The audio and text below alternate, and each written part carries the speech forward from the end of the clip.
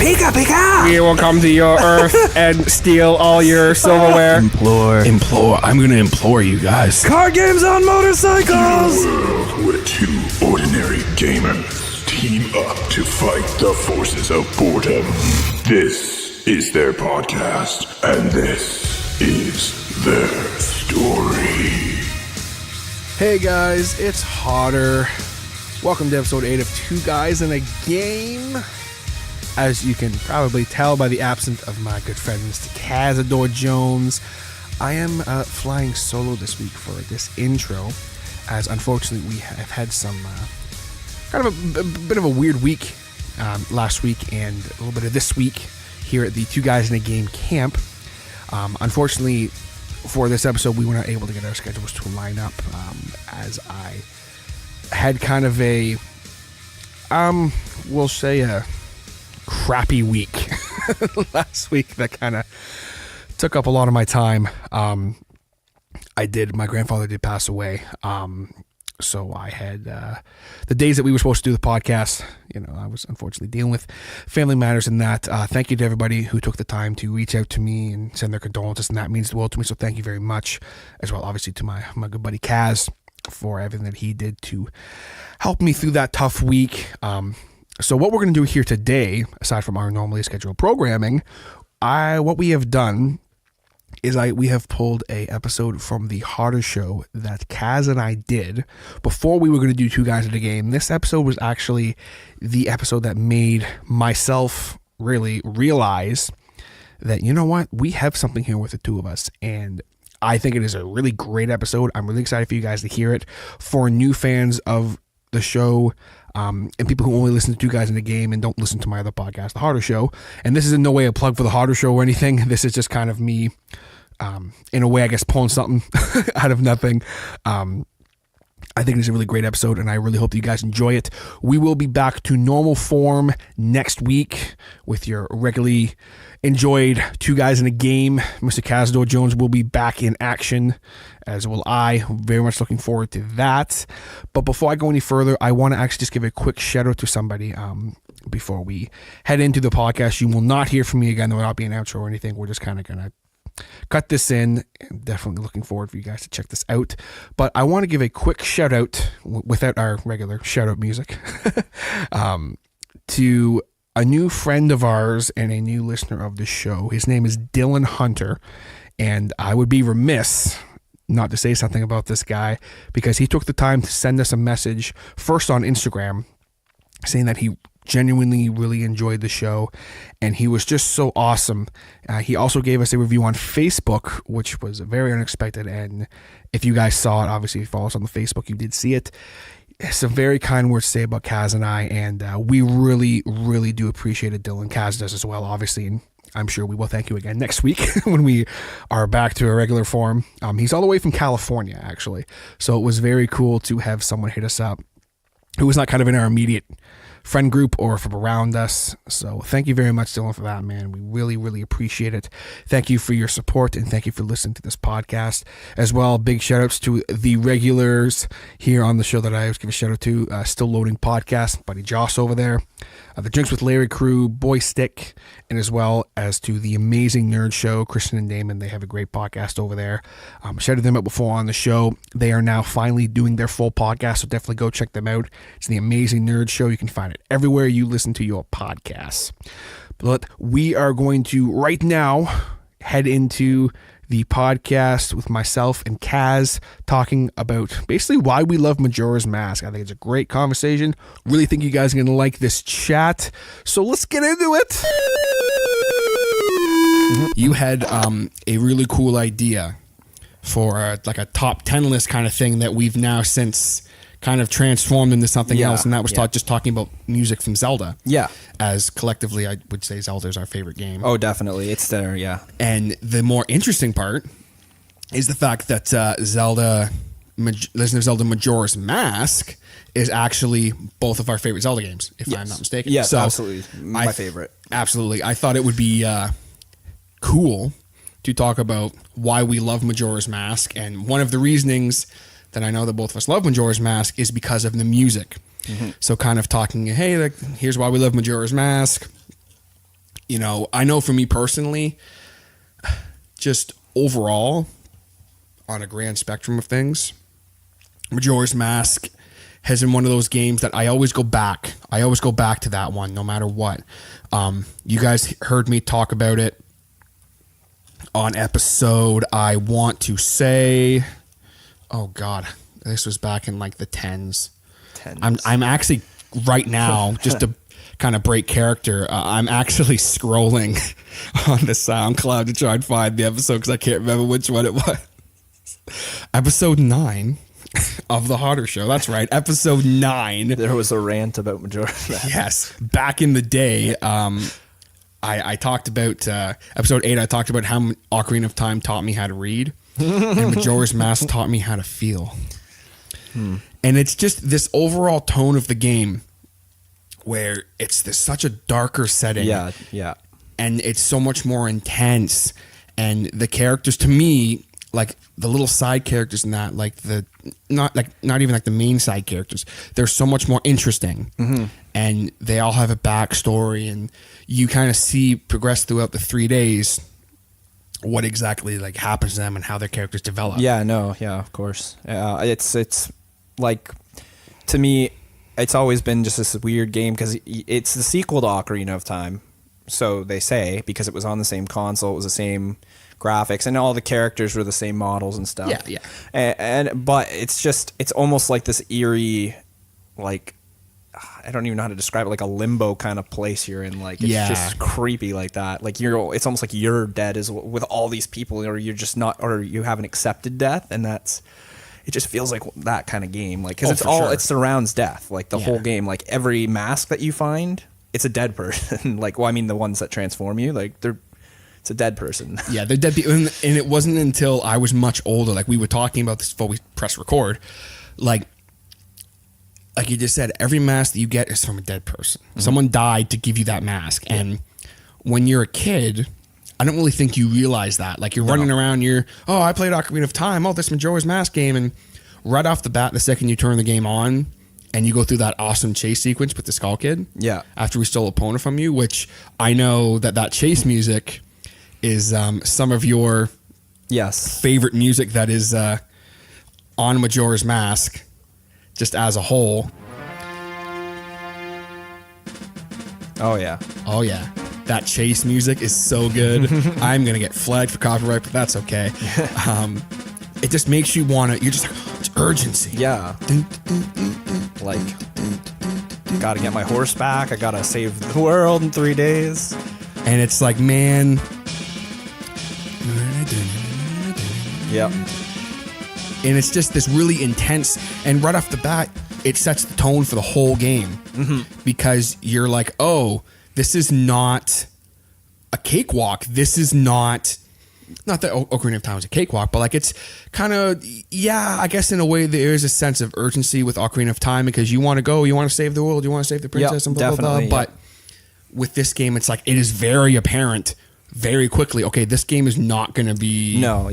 It's not like, oh, I can just go and stand in Hyrule Field for like 3 days. No, you have a clock and you got to stick to it. And like, the clock can be reset, but it's like, I guess it depends on, you wouldn't know that the clock could be reset if you didn't make it past all the first trials. I know I didn't when I was a kid. I had the game and I just was like, what is this? I don't... You didn't get past the first... I couldn't. I just kept dying and dying, and like, I couldn't figure out what I was supposed to do. And finally, my uncle came over. He kind of gave me a little tour of what I was supposed to do, and then from there started playing the game. You figured out how to do it. But like, even when you start and you get transformed into the Deku Shub, and right off the bat, if for some reason you're listening to this and you have not played Majora's Mask, spoiler alert. But I'm pretty sure the spoiler alert should be lifted since the game's been remastered. So there's like some sort of rule. Like, there's no excuse for you not to have played this game at this point. What, the game came out in 2001, so it's like a 16-year-old game. I don't think there's any excuse, but just for some reason, if you haven't,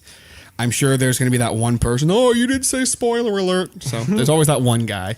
But like, even when you get turned into Deku Shrub and you're almost in a way you feel defenseless, even though you have that little attack and like you learn to spit your bubble things or whatever. Still, but like you're kind of defenseless, and for me, I know when I was a kid, like when I came out of that clock tower after meeting that creepy ass mask salesman, and he's like, "Oh, go get what does he ask you to do again?" He wants you to get the precious item that was stolen, yes, and he doesn't right. specify that his mask was stolen. You think he's talking about the Ocarina of Time. Yeah, and you're like, yes. "Oh yeah, we can go get that back, no problem." Let's go get our ocarina back. Yeah. And then you go and you walk outside the clock tower. You're in this beautiful town. There's happy music playing, and it's this very kind of not surreal, but like I said, you walk out and there's like this happy music playing.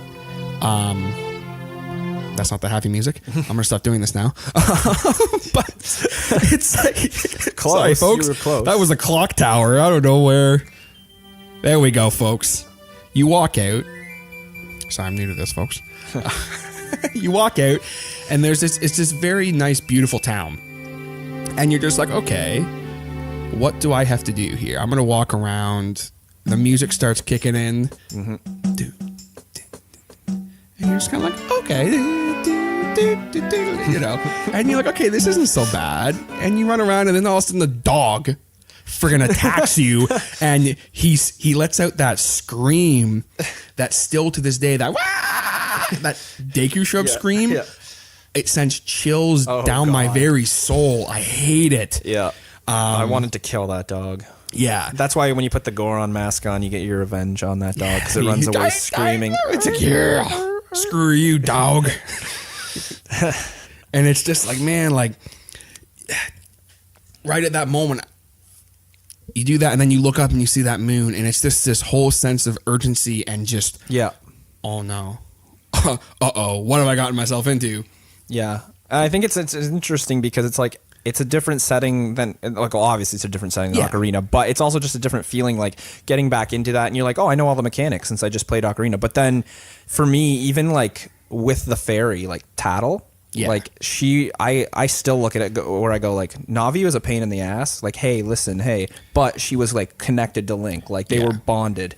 Tattle's just hanging around. She's just hanging to get her out. brother back. She's not bonded to Link, so it's kind of like you're still alone in this. Like, yeah, Tattle's your partner, but she's really just trying to get Tail back. And and it's still like even when I was a kid, I didn't feel close with Tattle. I was like I liked her, and she was a cool little fairy to throw in there, but it was just like, yeah, like Link's really all alone in this one. He's not like with anybody. No one's there to help him. He's just helping everybody else. Yeah, and I know that I've said this before, but that you go around, you start helping these people, you get your bomber's notebook, and you're doing your thing kind of on the way to that first confrontation with one of my favorite villains from the Zelda series, the Skull Kid. Yeah. And you start helping people, and it's that realization eventually that, and this really hit me when I was a kid, and it's that realization of, oh, I can't help everyone.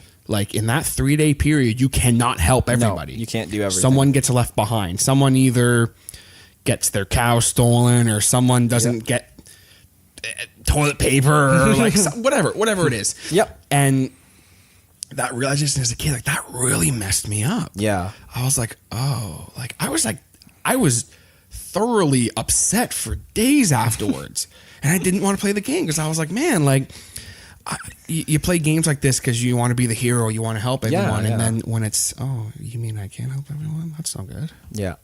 No, it's like it's such a it's so twisted because you think about it like that. Like even for me, I never looked at it like that. I just look at it like, okay, I need to go do this event right now. This is this event. Once this one's out of the way, I don't have to do it ever again, kind of thing. That was my mentality, like saving the bomb bag lady and then getting the bomb mask, and then now I don't have to do that ever again.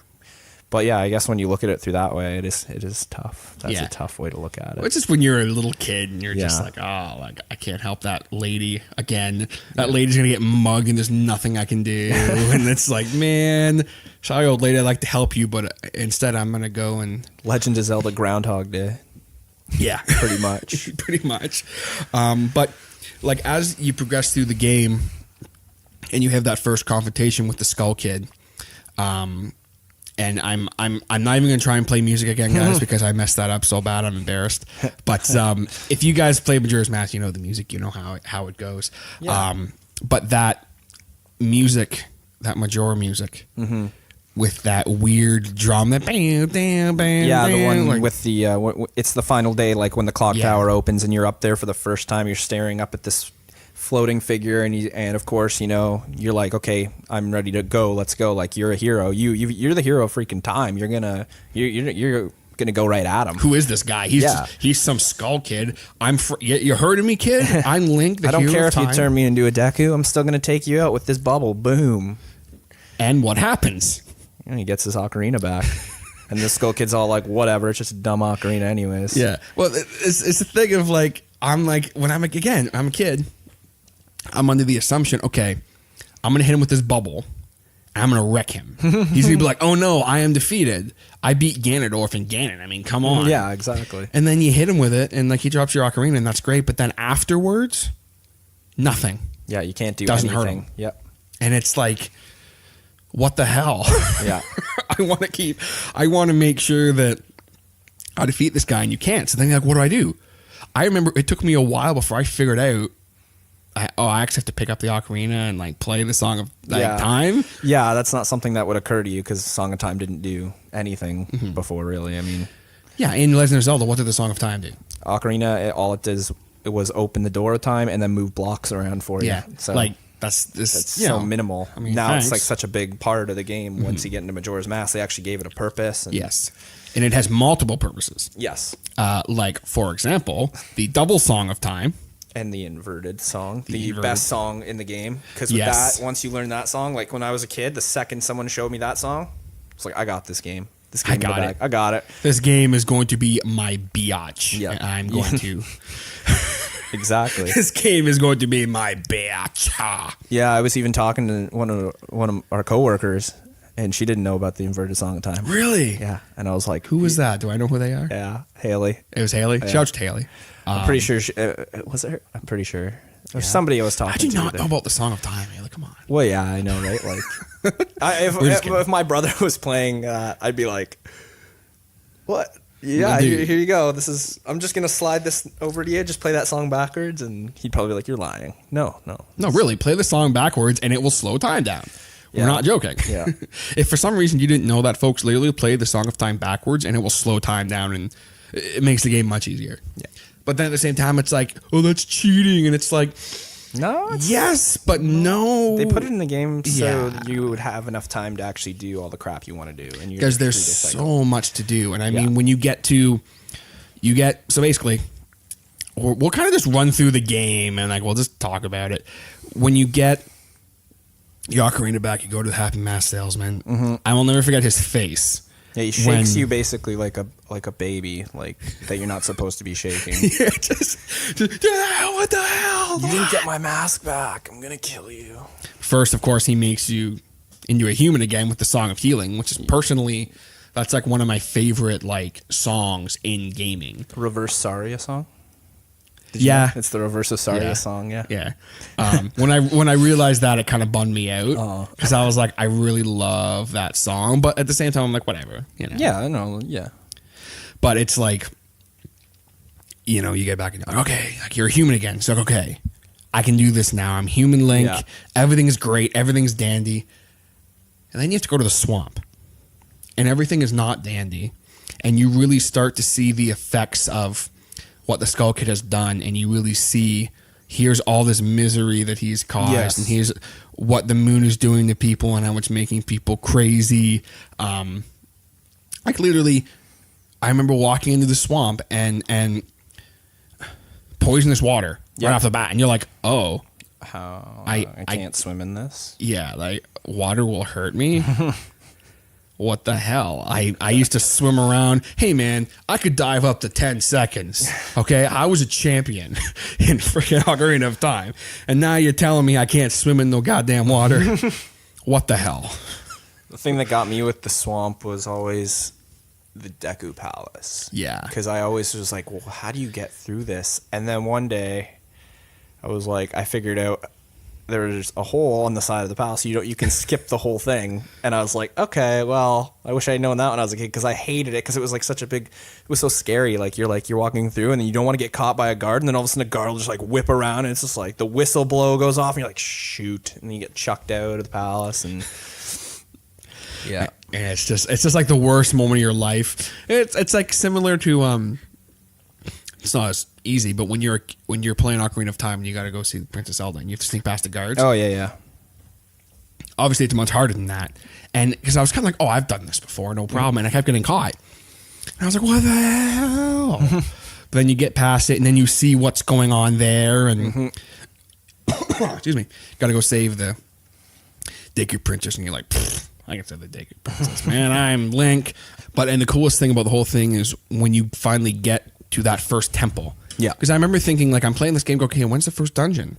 When's the first temple? Like, what's going on? Yeah. And then you get to Woodfall Temple, and you literally have to raise it out of the water to get to it. And you walk in those doors, and you're just like, oh shit, this is scary. This is okay. Oh, okay. Let's go over here. Nope, death. Okay. Poison water. Right on. And you're going through this temple, and at the same time, while you're doing this, that clock is ticking. Yep. And again, it brings this overall sense of impending doom. Mm-hmm. And you get to your boss battle. Yes. I don't know about you, but he was like one of my favorites in the whole game. I don't know how to say his name properly. Odulua, I believe. Odalawa or something? Odulua. Yeah. The masked dude with the sword. I loved his boss fight. He was such a weird boss. Like even in the remastered for 3DS, they souped him up a bit, and he's such a weird guy, just dancing around, and he dances around and throws swords at you. And jeez, yeah. Yeah. I don't know, like for some reason, like the bosses in those games, they're not like, none of them are really my favorite bosses of all time. Like I have favorite bosses, but like none of them really come from Majora Mask, because the boss fight weren't really what you were. Yeah, you were going for the temples and for the experience of the story, but like the boss fights were like almost like, I don't want to say easy, because they weren't easy. Like they took some skill. Like Odalwa wasn't like, the first time you fight him, he was tough. Oh, for sure. Like when you go through that temple and you're like, okay, I got this. And then you come up against him. Like, I remember dying a couple times. I was like, oh, how do you fight this guy? Yeah. And then you realize, oh, okay, like I don't remember how to beat him, but like, you're like, oh, okay, I have to go. You finally beat him, and you're like, everything goes back to normal, and you start seeing, okay, I can do this. Mm-hmm. I can help people. I can turn back what the Skull Kid and the Moon and everything are doing. I can bring families back together. Everything is great. Yeah. And then you reset time and realize everything goes back to the way it was. I remember I turned off the game and didn't play it for a good couple days. I was so just... It's a hard concept to grasp as a kid. I can see why that'd be difficult, because you go and do a temple and you expect it to be done, right? Like in Ocarina, once you beat a temple, done. You move on to the next temple, right? Mm-hmm. And then you can go back to that temple, go through it. Oh, it's still the same the way you left it. In this one, it's like you beat a temple. Yeah, it'll stay like this, but when you reset the clock, it resets the temple. Yeah. And you have to go kill Odalwa or Odlua or whatever his name is. And then you're just like, I have to do this all over again? In order to save everyone. And yeah. And then you realize, like, you just can't. It's not possible. Yep. So you're just, God damn it. But you get from that, and we kind of start getting into my favorite parts of the game. Yeah. Like we go... Snowhead Temple and that, obviously before that we meet the Gorons, who are in an interesting state, because you walk up to, I don't remember the name of the mountain,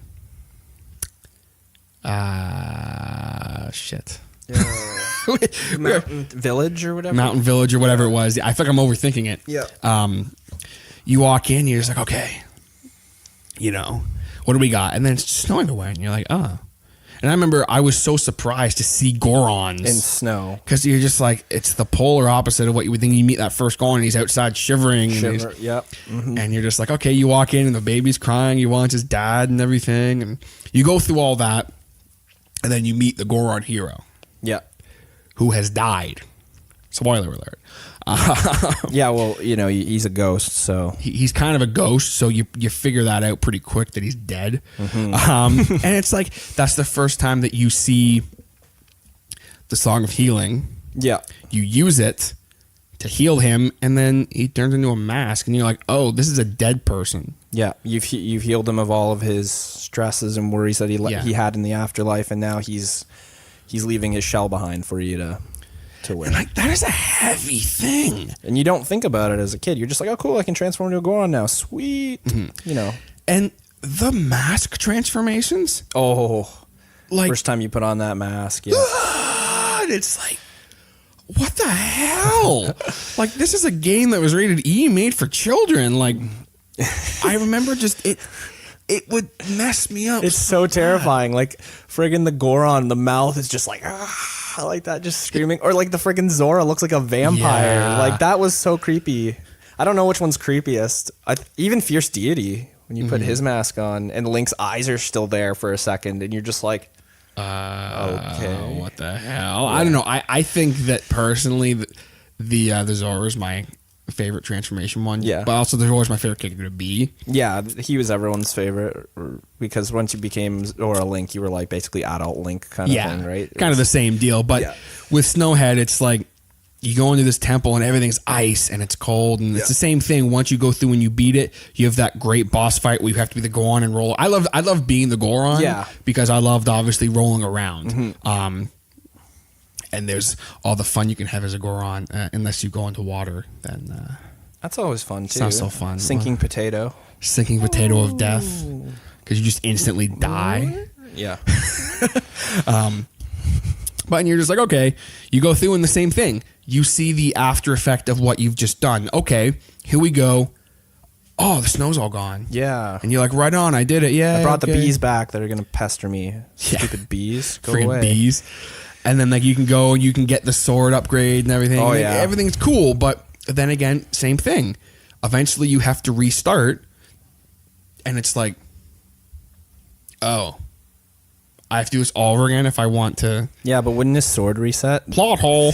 Plot hole. Same with the mirror shield. We're just opening up the plot holes. Wouldn't he actually have to go get the bow again from the Woodfall Temple and then get the fire arrow and then the ice arrow? Just no. Yeah. Like, you know. I mean, I guess depends. He can bend the rules of time. He's the hero of time, right? I guess the whole point is you would be like, oh, well, you know, he has the items on him, so it's different when he goes back in time. When he goes through port, even though he loses all his arrows and bombs, so And money, unless you put it in the bank, and then technically you're scamming the bank out of money, which took me a while to figure out because I was like, wait, how are they keeping track of my? Oh, I'm scamming them. Okay, they stamp my head, and then I walk up to them and they go, oh yeah, I remember you.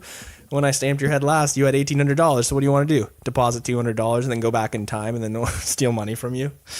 And it's like, I remember that, like, that tripped me out too, because I was like, okay, nothing can survive this time warp back. Yeah. You lose everything that you have on you except for your main items. Yep. But then somehow, this guy has created a time warping bank.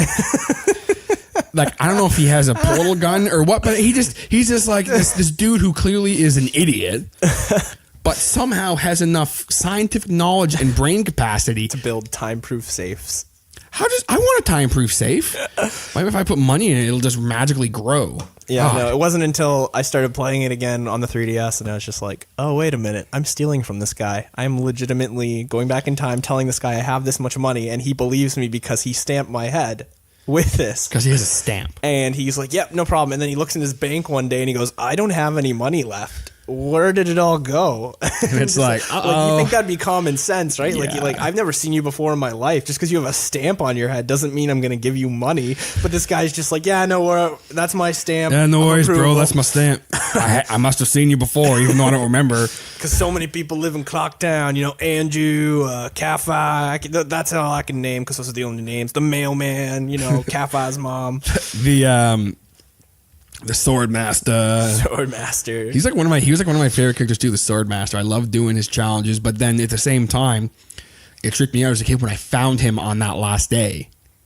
When you find him and he's huddled up in his back room and he's just like, I don't want to die. It's like, whoa, dude. this guy who's like this really intense like Sword Master is even scared. And he needs a haircut. The mailman's always the best, though. He's been the best. Like, yeah. I love that too. How like they had those little clips of voices. Yeah. Because I know in like Ocarina of Time there'd be a couple of those little moments, but in Majora's Mask, it was like every time you talk to them, yeah. After a while, it's like I'm gonna rip your throat out if you say yeah one more time. But you kind of got used to it. Yeah. Yeah. Oh, man. Yeah.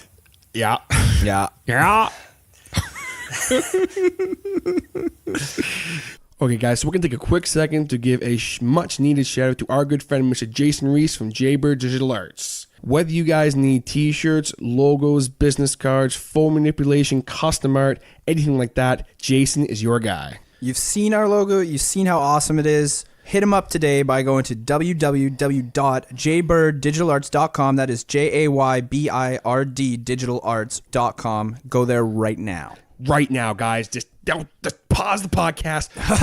Jaybird Digital Arts. Yeah. And then let's talk about the friggin' Romani Ranch. Yeah. That's the next part. You have to do that afterwards. Yeah. That's your next 3-day stint because you need your horse to get to the next area. And so finally it's time. You take a giant big ass bomb that the Gorons let you have because you're a Goron, not a kid in disguise as a Goron. And you take this big ass steal their relative's skin and basically put it over you and transform into another. Oh, that's freaky. And then you take this big ass bomb and you chuck it at a rock that some poor guy's been mining at for like 100 years. And you go and you get your horse back. But not before this little girl teaches you how to ride horseback that you've been doing your whole life. And you already did in Ocarina of Time and you were a master horse rider. But she's got to teach you again. Because that's just how tutorials work. She's totally not Malin. Wink. And neither is her older sister, the older version of Malin. Wink.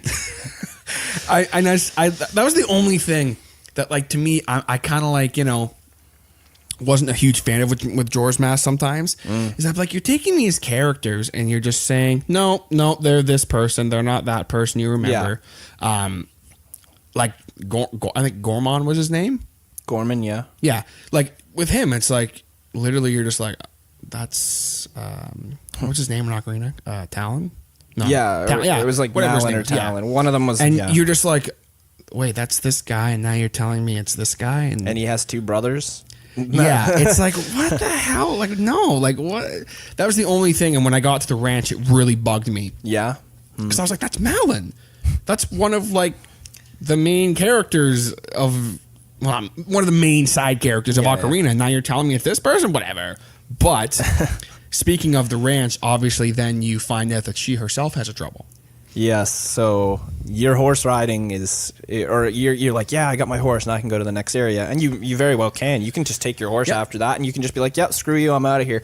But then she tells you the creepiest story of I remember watching the scene when I was a kid, and when it happened, I was like, I don't like that. And she tells you every year on the night of the festival, a couple nights before the festival, aliens come and abduct your cow. Yeah. And you're like, okay, really? Like, and then she goes, well, here, watch this video. And you're like, whoa. Watch this video. She randomly has a VCR. She just has like an iPhone back in like this day and age. And this video plays and it shows these aliens coming down and taking her cow. And the aliens are just creepy like that. I don't even know how to describe them. They're just like, they look like friggin' like headlights. Yeah. That's what they are. They're literally like these. They're like a balloon with a headlight and arms. And like these weird little claws, and they just float towards you, and it's eerie because they're programmed to float in a certain direction. Mm-hmm. So you're just like, oh, okay. Well, and then when I was a kid, I'm like, yeah, I'll give this a shot. And the first time I did it, I lost the cow. Yeah. And I was like, I hate this so much. So I did it again, lost the cow, did it again, lost the cow. I was like, no, I'm not doing this. And I just left it, and I didn't even bother doing the quest. And then one day, finally I got up the courage, and I'm just like, I'm not even going to use the horse. I'm just going to stand in one place. Yeah, that's what I did. I just stand on the box and pew, pew, and I did it. And I'm like, yep, there we go. Finally saved the cow. And you feel good about yourself and realize that it was just a cow. It was just a cow, and you were just doing this for a bottle of milk. Yeah. Yeah. That's all it was, folks. I've done worse things for a bottle of milk. Oh. Yeah. And then you go to Great Bay Coast. But before that, okay. real quick point. Did you ever go there on the third day and talk to the sisters? No, I have not. Even if you saved the thing? When the little girl, whatever her name was, tells you that she's getting to drink the adult milk. Oh, okay. And basically the older sister's basically getting her drunk so that she doesn't have to go through the end of the world sober. That's crazy. And it was when I realized that as an adult that I was like, that is just, I don't even know how to, like, I didn't know that. That's crazy. And you don't really catch, because at first you don't really think anything of it. Oh, yeah. Because it's called something specific, that milk. Chateau Romani. She's letting me have Chateau Romani. And then you realize, like, that's alcohol. And she's letting her have it, so she's drunk. So wait, does that mean when Link's drunk, he has infinite magic power? Yes. No way. When I get makes drunk, sense. I also have infinite Me magic too. power. You know what? Now that I think about it, that makes a lot of sense. He drinks it, and his magic bar turns blue, and he's all like, "Whoa, man, I'm gonna put on this mask now. Look at me, I'm Majora, dude. That's Cat-Eye's mask. Whatever, I'm Majora." And he's just walking around the bar, and they're just Drunk like, Link. "Oh my gosh!" Like, I love how what? drunk Link reminds me of Rick. Yeah, he's just walking around there. Here, I'm gonna go up and play all my musical instruments on stage at the same time, but love doing different that, dude. times. Yeah. And he goes up, and they're like, "What's this kid doing?" And he's not even playing instruments. They're just like, yeah, pretty much, just screaming into the microphone. They're just like, "Oh God, drunk Link." Drunk Link is my favorite Link. But afterwards, obviously, you go to Great Bay. Great Bay Coast. As you were kind of getting into Yes. And then you get there and you're on your horse and you're like, same eerie music's playing as usual. You're like, oh yeah, okay, this place is screwed up too and messed up. All right, what's that in the water over there? Oh, there's just a Zora floating there and seagulls are pecking at him while he's lying in there. Why is nobody helping him? Okay, I'll go get him. I'm gonna grab him by his crotch and just push him into shore. And then wait a minute. Oh, this makes sense because I've already got a Goron mask. I'm gonna get this guy's mask, and that's your determination as a kid because you're like, you're gonna get a mask. And then he gets up and he's like, oh, I'm still alive. And you're like, oh, I guess I'm not good. Oh, no, I'm dead. Oh, sweet. Okay, here, I'm gonna play this song. No. Just bury my body. No, I'm gonna play this song, and it's just gonna be great. And you're gonna give me your face after. That I'm doesn't going to sound. play this song and you're going to give me your face. That doesn't sound like a fun time. It's too late. I'm already. Oh, sweet! I got this new mask, and then you bury his body afterwards somehow, or you make a shrine or something to him, and he's all like, "Yeah, don't forget my music," and you're like, "What music?" And, don't forget to help my girlfriend or whatever. And you're like, yeah, go help my girlfriend. I just left her, stranded with like 7 babies, and I'm a great father. Yeah, you're fantastic. Well, actually, he is a great father. I shouldn't make fun of Maiku. Yeah. He went to try and get his babies back and died because pirates stabbed him and killed him, and then eels tried to eat him, and then he just gave up. And He just kind of gave up. he's and like, just "Here, floated 10-year-old kid, you go do it." And Here, Link's like, 10-year-old kid. Sure, whatever. I've only saved time. around. I've only saved time. So, yeah, and then after that, you go and find out that, well, like what I was just talking about, that 7 special eggs have been stolen from a singer, a lead singer of a band. So you're tasked to go get it back. And 4 of them are located at the Pirates Fortress. So you head to a Pirates Fortress, which is actually just the Gerudos reformatted. But guys, they're pirates. They're pirates now. And They used to live in a desert, now they live in the water, so they're pirates. it makes sense. And so you go in there, and you eavesdrop on the head of the pirates, and she's all like, yeah, we're gonna go and get into the Great Bay Temple, and that's why we've been collecting Zora eggs and blah blah blah. And then you're just like, you know what, this pirate lady's a bitch. I'm gonna shoot this hornet's nest down at her. And then you shoot a hornet's nest at her, and these hornets chase the girls out and probably kill them because they're deadly bees. They can kill Link. So if they can kill Link, they can kill these guys. Get your hook shot, and you're all like, oh yeah, I don't need to get the long shot upgrade this time. Thank you. And then you go get your eggs back, and you do some other stuff. You get more eggs back. Then you go to the temple, and that temple's pretty chaotic. It's a water temple. Right? Yeah, it's like the new age water temple. I remember all like the machines and that. And the best thing about it is the fact that it's on a turtle. Am I thinking of the wrong one? No. You take the turtle to get to the temple. That's what it was. You take the turtle to get to the temple. No, you're on the right track. You're on the right track. It's in the water. Yeah, that's what. Yeah, that's that was you it. play. You get the song for that temple, and that's what wakes up the Yes. turtle. The new wave bossa nova. Yeah. That's a good one too. I love that song. Just because it's played on the guitar, it's all like. Well, that was my favorite thing in the world when I realized that you're the guitar player for the band. Yeah. So Zora Link has a guitar, and I used to like sit and play like Smoke on the Water and stuff. It was so fun. Oh yeah. It It was so much fun. The second you get that guitar, you're like, the Zora character is the best character in the game. That was the only reason I liked them. That's like, yeah, and like you could just like sink to the bottom of anything and just like sit there in the water, and you're just like, I don't have to do anything. I'm king in here. I'm king in here. Yeah. And like swimming around was fun, and like have you fighting actually was- played the 3D version? I have not. No. Okay, I'll have to show you that because they've updated the swimming. Oh yeah. So it's more controllable. So you know when you used to swim as the Zora, Yeah. and you'd be like, whoosh, Yeah, you just kind of go like, and you couldn't control, and you dolphin dive. They still have that in the game. Like you can still do that, but that's a special feature. You have to like be using your magic ability to do that. And now what they've done with it is they've made it so Zora Link can just swim like this. He just swims like this, but it's controllable, and you're going the same speed. They didn't change the speed, but it's more so you can maneuver through the temple better. Oh, okay. So they actually like lots of people were complaining about, it, but it was a really good idea, I think. But yeah, the swimming was the dolphin diving and everything. That was the funniest thing to do ever. I love that. And then and then Gyorg. Oh man, Yeah. he is one. I will say this: Gyorg is one of my favorite bosses just because of the pain in the ass that he is. He really is too. Like In he's a hard both boss. versions, because Yeah. they updated him big time in 3D. Oh, did they? So the first part of the fight is spent as Link. You have to just shoot him with arrows, and then the second part of the fight is he knocks the middle platform down, and then you have to trick him into eating these bombs, like underwater mines. Yeah. And then he sucks them up and then that's when his vulnerable point gets Yeah. like revealed. That's the nice thing about the updated version is all of these bosses now. You can like, it's not like before where it was just like keep hitting them, and they'll die eventually. It's like you hit them. They reveal a vulnerable point now, and then that vulnerable point is what you're really going for. And That's what I love about some of the newer Zelda games. Like Yeah. Twilight Princess had that, where like Yes. all the bosses had a vulnerable point, and you had to figure out what it was and how to get to it. Exactly, and that's what they try to do in the updated version. So yeah, Gyorg, but yeah, I know that boss fight. He's a creepy looking friggin' fish, but he's smart. Like that's what scared me about him. It's like you could hear him and he'd be like, when he'd hit the platform and send Link flying into the water, and then he'd come up and attack eat him, you, yeah. and you're just like, what the heck?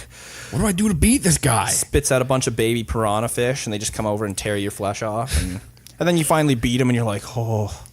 And he just like disintegrates into a small fish, and you're like, really? Yeah, and then you're like, what's the next boss fight? Don't worry about that. It's not that intense. It's just a couple of giant worms. It is a couple of giant worms. That doesn't sound too hard. Oh, don't worry. They will destroy you. They will destroy you and everything you care about.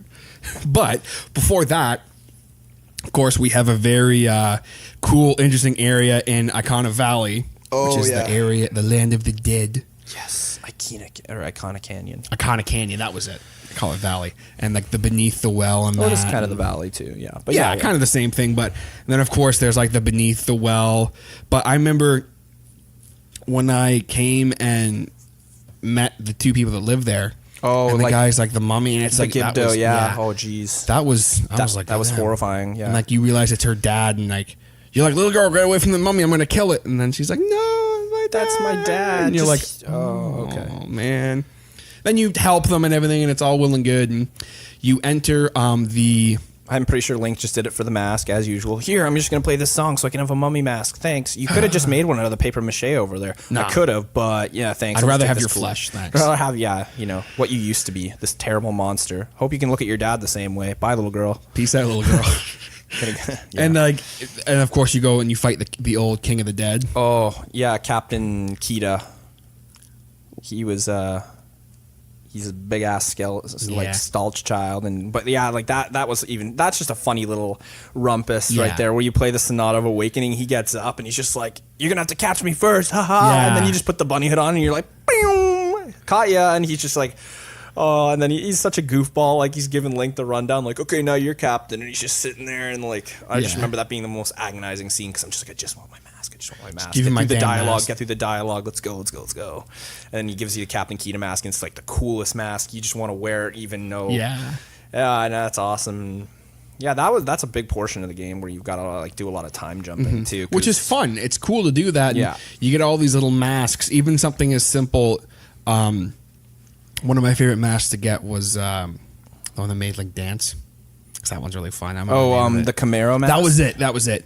Where you have to teach the girls how to do the dance, and it's like the Kamehameha dance. Like this is how you charge your Kamehameha beam up. Whoosh. Yeah. Yeah. And all these little quests that you get your masks and that. And throughout the game, you're collecting these masks, not really knowing that there is a point to it. Yes. You just think you do it because. But after all that fun stuff, you fight the Dead King and all that, you get to the wonderful, wonderful, totally fun and not annoying at all. No, not Stone Tower Temple. Yeah. Which is very fun, and we enjoyed it.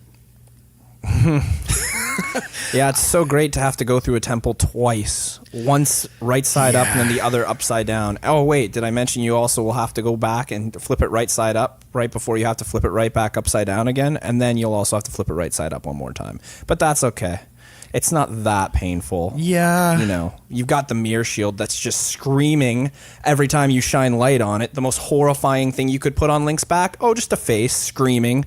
Like, what the heck? The mirror shield from Ocarina of Time was just a basic red shield, and it was just, oh, look at this shield. This is a nice shield. And then they're like, here's your new mirror shield.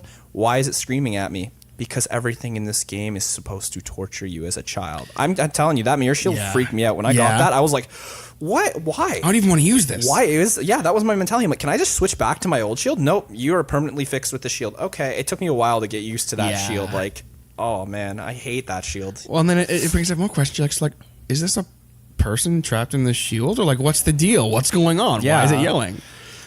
Like, you're reflecting the light off of it, and it's just a face like, why are you using my face to shine light? And you're just like, oh, God. Excuse me, sir, would you please not use my face for this? Like, it's literally something that nobody, like, I don't think about it anymore, but I used to think about it as a kid, and it was just like, why is this shield so messed up? Like, it's so messed up. It really is. Like, when you really think about it. Why is there a person's face? But then again, I guess maybe that shield is a dead person, because you're in the Valley of the Dead. Maybe somebody got trapped in the mirror shield, and now you've just saved a shield that's got somebody inside it. And now, at least then maybe they're like, oh, well, at least now, I have a purpose. Whereas before, I was just hanging out in this chest. Just locked in here. Okay. Just hanging out in there, bro. And then you get the light arrows, and that shield pretty much feels like an obsolete piece of crap. It's like, wow. What is my purpose? What is my purpose? You reflect light. Oh, my God. Yeah, welcome to the club. And then after that, it's like, what is my purpose now? You sit on my back. And deflect Deku nuts. Oh, my God. Oh, my God. Yup. Yep. But then, of course, you get the giant mask, and you come to a boss fight that was definitely very interesting, which was the two totally easy to beat giant freaking worms that float in the air. They're not easy anymore. No? Not in the 3D version. No, because I found that boss fight a lot easier. Yeah. Well, it was easy when you slapped on the Giant's Mask before, because it was just like, oh, yeah, Link's giant. He's just going to go up behind these guys and go, ha, ha, ha. Yeah. But now it's like what they did in the updated version, which makes this boss fight legendary. Like, it's actually like an epic final showdown is. So you get Twin Mold, and they fly out, and you don't have the Giant's Mask when you enter the boss fight. And so I was like, what the frick? Did they take the Giant's Mask out? No way. Why would they do that? That would ruin the game. And people would be in outrage. Taking away, like, the Giant's Mask. You turn into a massive friggin' building. Like, you're building Link, smashing things. Building Link? Yeah, and so, like, I was like, what the heck? So Twin Mold's got these eyes on its stomach now. And so I start shooting arrows at it. It's like, brah, brah. And I'm like, oh, yeah, sweet, I'm getting it. And it's like, brah. And then finally the Twin Mold comes down. It's like, crashes down on the ground. I'm like, oh, sweet. And then all of a sudden a chest appears in the middle. And you're like, this better be the Giant's Mask. And you open it up, and it's the Giant's Mask. You're like, yeah. And you slap that Giant's Mask on, and what do? Link doesn't get to use his shield and sword. His sword and shield don't grow. Just Link. So Link's basically like the Incredible Hulk walking around. Is he with his seriously fist. just punching? Dude, that's hilarious. You'll look it up, and you'll see. It's awesome. And Link's just like, nah, nah.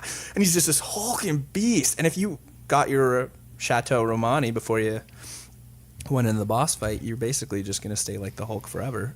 So you're just walking around, and then you're literally like, you're putting Twin Mold into like a headlock, and you're like, are you seriously? Just to kill That's it. That's awesome. Yeah, or you can grab it by the tail, and you're yanking its tail, and you're like, yeah, dude, they made that boss fight. I need to check this out. Yeah. If I had the cartridge, I'd be like, here, borrow my cartridge and play through the game because you need to. Yeah, that boss fight became legendary through there. I wish they would have done something like that for Majora, but unfortunately, same old Majora. You get that fierce deity mask, and it's just like putting butter on toast. Well, and that was a cool thing though. Like, you all throughout the game, you're collecting these masks, and it's all well and good, and then you realize, oh, this actually has a purpose. And of course, like, you go to the moon, which for me, I was like, okay, that's not the kind of moon I wanted to go to as a kid, but yeah, sure, I'll just get sucked up inside the moon. Yeah, why not? When you find out that Majora is the moon, and you're like, plot twist. So you're telling me that this whole time that mask was actually that moon? Makes so much sense. I should have seen that right when I started playing the game. I should have seen that coming. Made the connection. I didn't. I did not see it coming. And then you get inside the moon, and it's just this, like, oh, it's so peaceful and serene up here. Well, that's what messed me up. As I walked out, and it's this nice big green open field. And all I could think was, did he suck up the whole Earth? Is that why it's so nice in here? Is that like he's just like absorbed the Earth? And you go up and you just see this kid, and he's like, "Yo, what up? I'm wearing Majora's mask." And you're like, "Can I have that mask?" And he's like, "If you play hide and seek with me in these creepy, eerie little areas that remind you of the places you've just been this whole time." Okay, sounds like a deal. Also, you have to give me all your masks, and if you don't, then I'm going to kill you. That sounds not. That sounds like I lose both ways. I lose both ways because I'm giving you all my masks. Yeah, you can keep the Deku one because I don't need that thing. You can keep that Goron one, and you can keep that Freaky Fish guy one, but. Yeah, you can't keep any of the other ones. Not even the one that turns me into the Incredible Hulk. No, definitely not that one. Definitely not that one. You definitely can't keep Majora's like, give me that one right now. And you're just like, okay.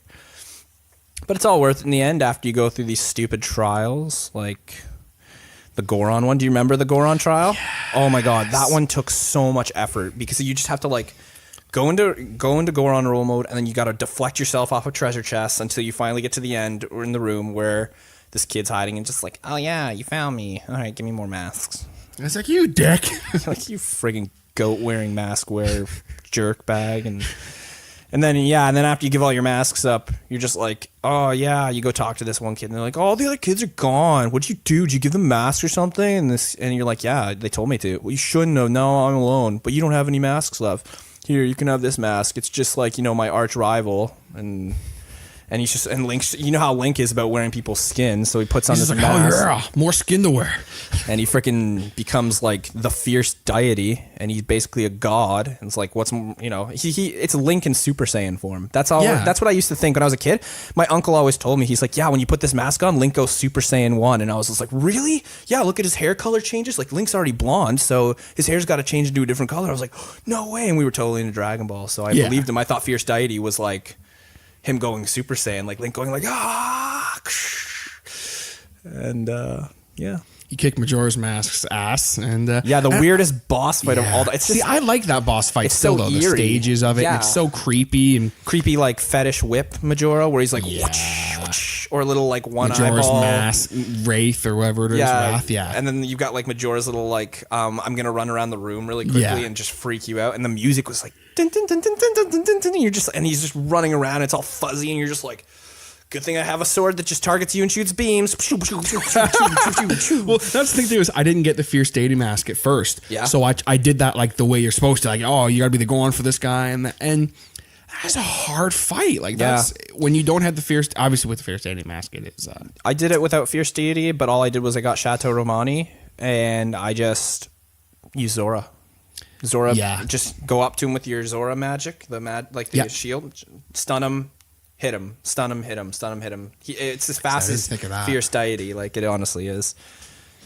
And I have fought him with just Link, and it's not a hard final boss fight. It's more of just like you just defeating the evil kind of thing. Like that's what I said. These boss fights aren't like supposed to be like to the point where they're so trivial. That's like, I find that more of the temples and actually like all the puzzles surrounding it is what really makes the game more intriguing than the boss fights aren't like on their A game in that one. Like even Ocarina with their boss fights, Ocarina's boss fights are incredible. Yeah, some of my favorite parts about Ocarina of Time. Yeah, and that's everyone's, but that's, I think where Nintendo went, we don't really need to worry about our boss fights. We'll put them in, but it's not like they're going to be like the center point. Like it's not like that's the evil. This is just, something that Majora's created, and he's locked away what you actually need, and in order to get that, you need to destroy this evil. And you know, okay, you'll do this and restore this part. And obviously you beat the game. Everything's great. You have the giants coming. Yep. Which we kind of left that whole part out of the giants, but They're just these giant naked heads on legs with beards. that's my favorite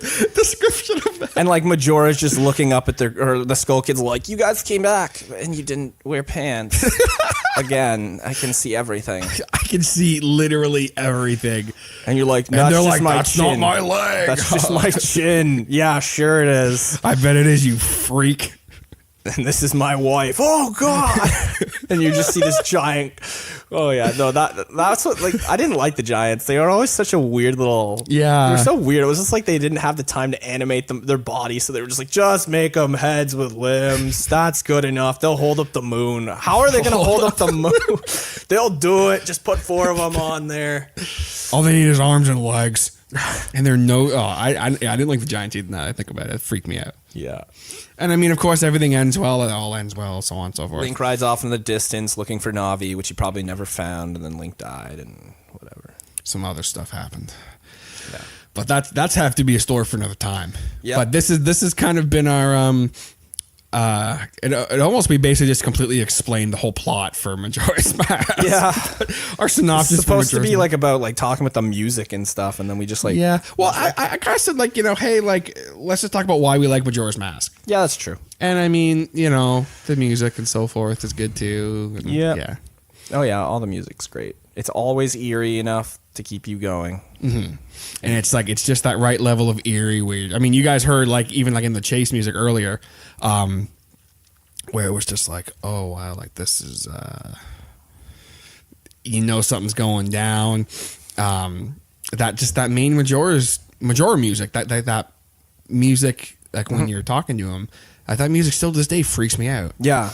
No, like everything. Yeah, even like the boss fights like are creepy. It's like dun dun dun Yeah. dun dun dun, and you just and then, like, yeah, it just has all these like shrieks in there. Like it really. It's like it's always like a sense of like you have to do this, and you're also in the most danger you're going to be in your whole life, and you're also a 10-year-old kid, and so have fun with that. Have fun being a 10-year-old kid. You forget about that because like Ocarina of Time, you were an adult for a lot of the game. For most of the bigger quests. Like when you were Kid Link, you were just like, oh, just go do this little tiny thing. Go beat this dungeon. Go beat this. Go find out what's wrong with the Deku Tree. Oh, there was a huge, massive parasite in it. Oh, well, sorry, we didn't know. Hey, can you go clear out the rocks from Dodongo's cavern? Oh, wait, there's carnivorous dinosaurs that breathe fire in there, and their king was in there. Yeah, we didn't know that. That's why we call it Dodongo's cavern, but we didn't know. We didn't know he was in there. So the Goron's like, yeah, here you go. You can have my ruby, and then. And then like the whale thing, is just like, hey, yeah, go see what's wrong with this whale, kid. Okay, sure. Gets sucked into the whale, fights a giant jellyfish, comes out. Okay, well, you know, that's enough adventure for Kid Link. And then Kid Link has to go and do this all by himself in Majora's Mask, and nobody really looks at it like that. They're just like, whatever, Link's a battle-hardened hero. I can take him. Like, no, this is a kid fighting a 20-foot, like, Jamaican warlock sword. Jamaican warlock. I don't know how to describe him. He's like, I don't even know. He's like some sort tribesman. Yeah, that's the word I was looking for. Not Jamaican. Tribal. He's like this tribal Jamaican guy. And Link's gotta go fight him, and it's just like it's two swordsmen going up against each other, and you're just like, that's why I love that boss fight. Yeah. I still think it's fun. The fish is funniest because it's just like fighting a giant fish to me is you not just really. Literally fight it. Get in the pan, asshole. Like all the bosses are just like none of them are linked, or none of them are like have a theme except for their masked something, right? That's their theme is the mask, but it's just like okay, here, go fight the swordsman. Oh, that's kind of cool. I wonder what the next boss is. It's a goat. It's a big goat. You have to fight a goat while you're in potato form. Okay. And then it's like, and then you have to fight a fish while you are in fish guy form. Okay. And then you fight two giant worms while you are in giant guy form. It's like, I see a theme here. There's a theme. And then you fight a super powerful deity as another super powerful deity. You fight God as God. You fight God and as it's just God. like, which God is better? I am the true God. Fierce deity is the true God. Yeah. God damn. Well, this has been fun to kind of go through the game. It wasn't really what we had planned when we started, but I mean, sometimes you just got to roll the punches. Yeah, man. It is what it is. It is what it is. Mm-hmm. A bison. A bison. Is that a statement or a question? It is what it is.